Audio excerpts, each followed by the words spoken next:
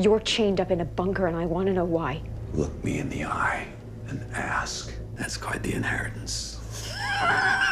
Lauren is the district attorney of Manhattan. Despite her youth, she is known for her principles and incorruptibility. On this day, she appears in court, and afterwards she attends a meeting where her brother, William, is giving a speech as part of his political campaign, as he is an aspiring politician.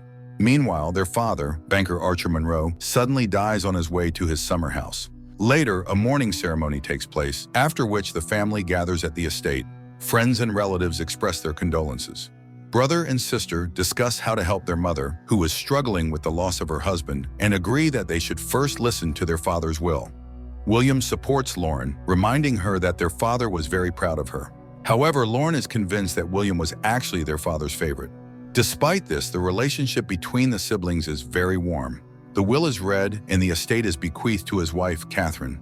William receives $20 million, while Lauren is given $1 million. The rest is to be donated to charity.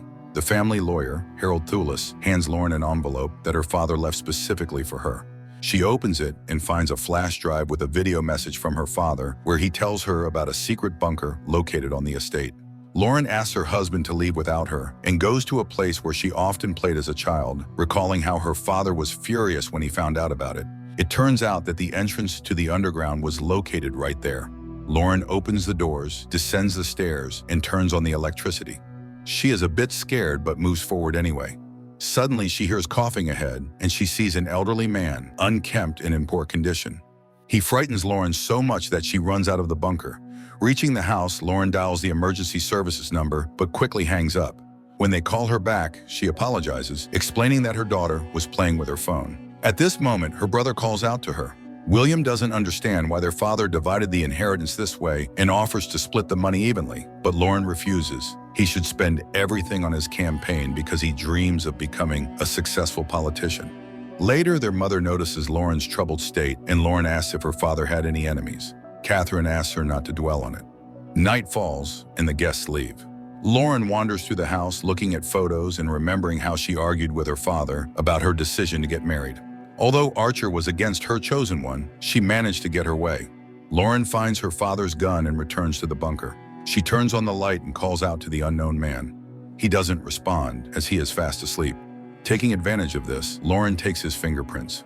The man wakes up and compliments the mask Lauren put on when she entered. The prisoner asks her to show her face, hinting that he knows who she is. Seeing her hesitation, the man calls her full name, exact date of birth, lists important milestones in her life, and even remembers childhood bad habits. Lauren removes the mask, and the prisoner is pleased to finally meet her. He is curious about how her father died and laughs, realizing that he himself is her father's legacy. The man is convinced that Lauren is a good person, so she must release him immediately. But Lauren first wants to know his name. However, the prisoner bargains. He will tell her everything about himself if she brings him a steak, crab salad, fresh bread, a cigarette, chocolate, and a fresh newspaper. And yes, a 30-year-old drink, 1 year for each year of his imprisonment. Lauren demands the truth, and the man adds a razor to the list. He wants to clean himself up. He assures her that once she fulfills his demands, he will tell her the truth, and she, having learned everything, will immediately grant him freedom. However, Lauren paints a different picture. She will simply leave, forgetting about this door. She heads for the exit, but the prisoner stops her, only to ask for a piece of lime pie, and it would be nice to leave the light on, as Archer only allowed it for an hour a day. Lauren leaves in silence. At home, she scans the fingerprints she obtained and sends them to a detective friend to check them against the database. Later, she contacts her husband, who reminds her about the evening concert in which their daughter is performing and asks her not to be late. In the evening, Lauren returns to the bunker with large bags containing everything the prisoner requested. He falls into ecstasy after tasting the meat, and Lauren has to give him time to prepare for the story. She calls her partner to ask him to start the session without her, citing an important matter. Then she returns to the prisoner, who is muttering the recipe for lime pie to himself. The man apologizes. Her father brought him a piece of chocolate once a year at Christmas and placed it out of his reach to mock him.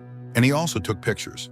Lauren pulls out a box containing photographs that captured each year the man spent in this bunker, and this is his life. The prisoner finally gives his name, Morgan Warner.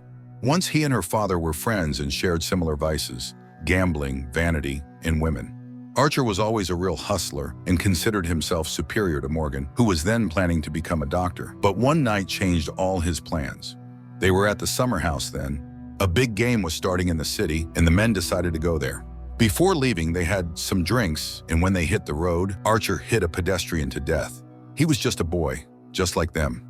Morgan wanted to call the police, but Archer panicked, and at his insistence, the guys covered up the crime. They buried the victim's body in the woods, although Morgan was against it, and that sealed his fate. Archer took Morgan captive to prevent the murder from being exposed. To keep people from searching for him, Archer spread rumors that Morgan had robbed him and fled the country. Over the years, Archer treated Morgan like a confessor and told him many of his secrets. For example, about his great love, Sophia.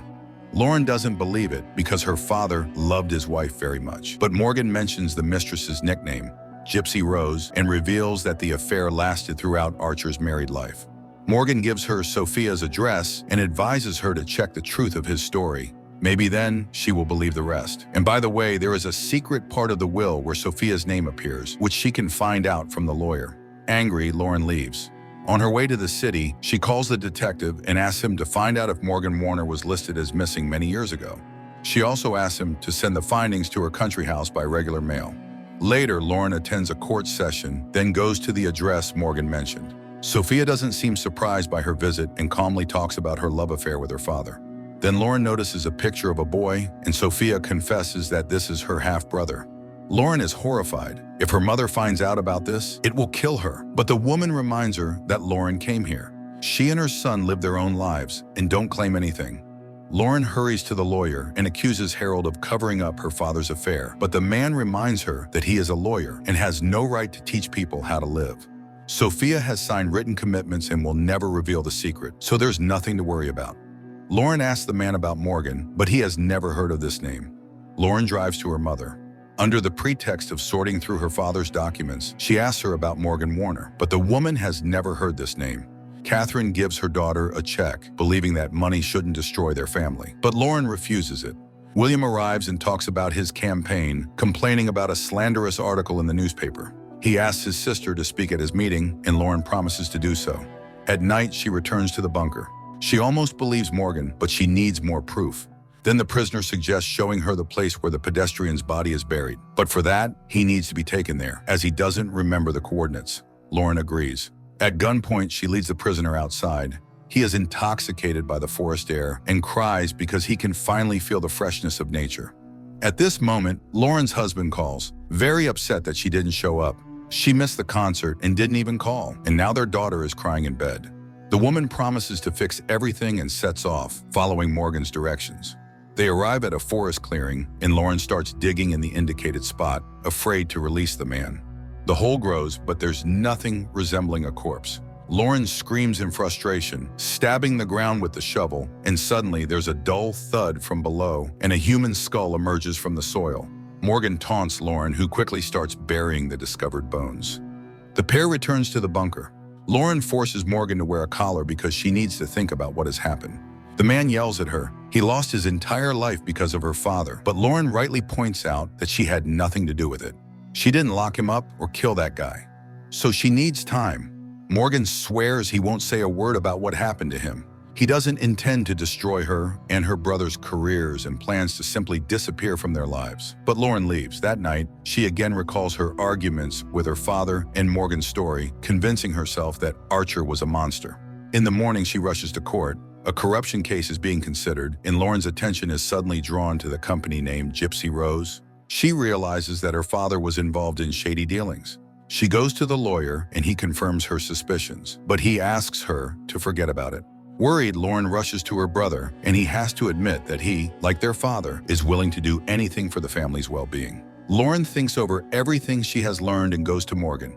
She believes that he was wronged and demands his word that he will leave and never return. Having received it, she orders the man to pack.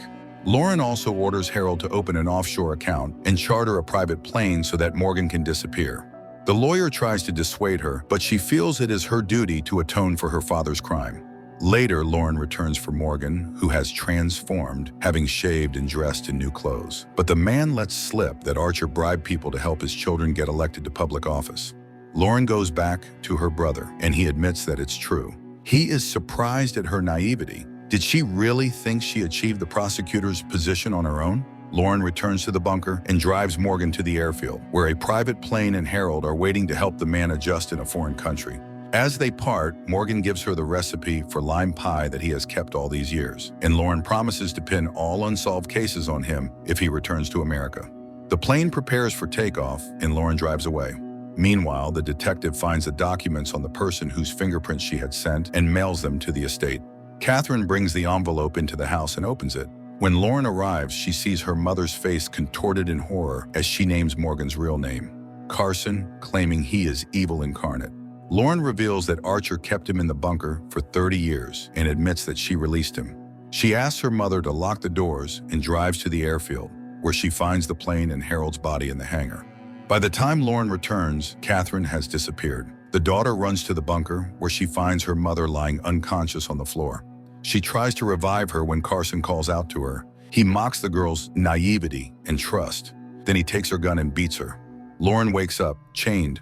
Carson admits that he is responsible for Archer's death, as he used the poison Archer intended to use on him.